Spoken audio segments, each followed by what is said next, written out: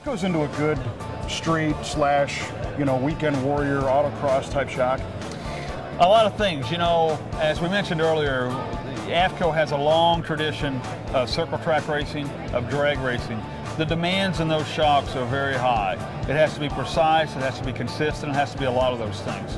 And as we mentioned before, those things are now making their way to the street. What's interesting about the Pro Touring movement is these customers want a shock that Can do everything. They can do everything. Yeah. It has to ride like a Cadillac to the track. It has to race like a race car and then ride back home like a Cadillac. Right, how do you do it? Well, that's the interesting part. We've had so much shock technology over the years that it actually was pretty easy for us. We can fine tune it so much. We offer a lot of shocks out there for the Pro Touring guys.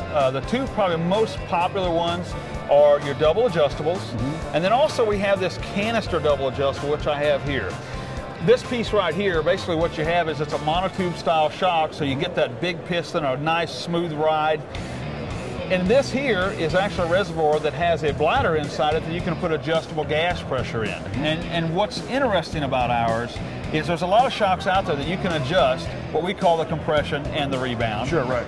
However, when you adjust one, it seems to affect the other one. Okay. Not as much, but it seems to affect it. With our racing tradition, we've separated that years ago. Okay. So when you adjust compression, that's all you're going to adjust. So now in this, we have a nice, truly separate circuit for compression and for rebound. And now you're telling me there's a separate gas reservoir as well? That's right. What you can do is, with this piece right here, there's a bulb inside here that holds the gas, okay? You can bring it down to 0, or you can put it up to 115, 120 PSI. So you pump this up with gas, it's nitrogen gas. Yeah. It actually acts like the car has a stiffer spring. It puts what we call preload in this shaft.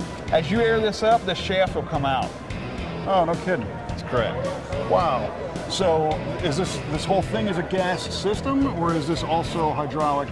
It's hydraulic and gas. Yep, the gas is in the bulb.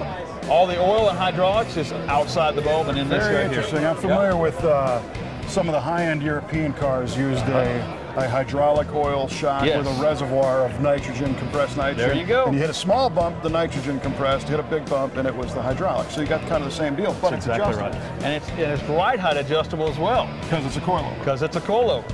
Well, listen, we appreciate you taking the time. Hey, no problem. Cool stuff, and we'll have to investigate the rest, the other 155 pages of the catalog at a later date. All right, well, thanks for coming. Yep. Take care.